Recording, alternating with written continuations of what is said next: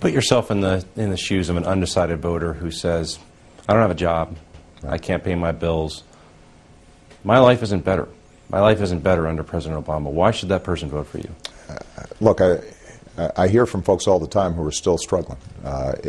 Even if they have a job, they are still having a tough time paying the bills. Their home may be underwater because the housing bubble burst. They're still worried about saving for their retirement. And so I'm the first one to say that we're not where we need to be. What I'd say to that voter, though, is who's more likely to fight for middle-class families to make sure that they've got long-term security?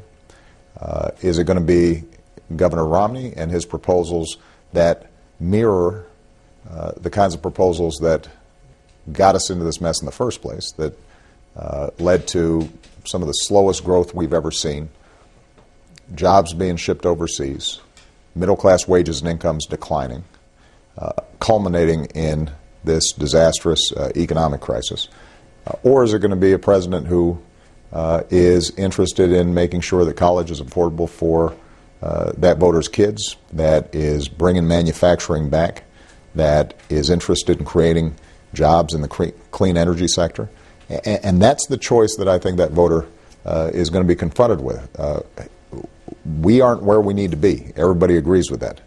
But Governor Romney's policies would make things worse for middle-class families and offer no prospect for long-term opportunity for those striving to get into the middle class. And the policies I'm offering are ones that have been proven in the past to help middle-class families achieve their dreams. You just framed it as a choice, and of course we've heard that from you in your campaign for months. But what about the person who basically says, I gave him a chance, I hired him, I'm not happy, I might fire him? I mean, don't people make decisions that way and then decide, let's give the new guy a chance?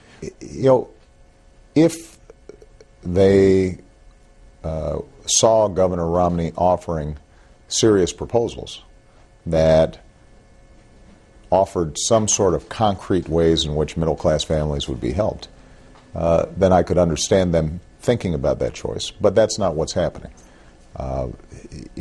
Let's be very concrete about a problem that we all agree needs to be resolved, and that is the deficit and the debt.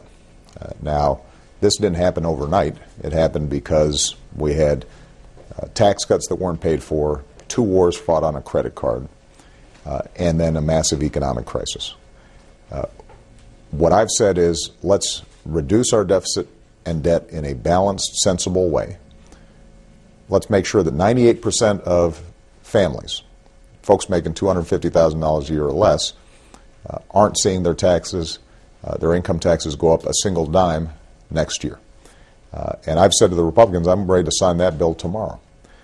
Governor Romney's approach is to cut taxes, $5 trillion, but because so much of the benefit goes to wealthy individuals, independent analysts say that's going to cost middle-class families an extra $2,000 in tax burden. So you've got a very clear choice for that voter. I've got somebody who's willing to keep my taxes low at the same time as he's able to help me afford sending my kid to college, and is going to continue to invest in things like advanced manufacturing and change the tax code so we're not giving tax breaks to companies that are shipping jobs overseas, but instead give those tax breaks to companies that are building in Cleveland and Pittsburgh and Raleigh and throughout the United States. And you've got a guy who will end up costing me an extra $2,000 in taxes to give breaks to folks who've already done very well. And in that circumstance, I think the average American is going to say, I want somebody who's on my side, fighting for me, thinking about me. It doesn't mean that folks are going to be satisfied with the pace that we're on. People are going to want to see it accelerated, and frankly, we would be in a stronger position if the proposal I put forward almost a year ago that had provided help to states to rehire teachers and firefighters and police officers and put construction workers back to work rebuilding our roads and our bridges, If those proposals had been put in place, we'd have an estimated additional 1 million jobs. And the problem we've got right now is you've got a Republican Congress that is closely aligned with Governor Romney's perspective that is blocking some of the progress that we could be making.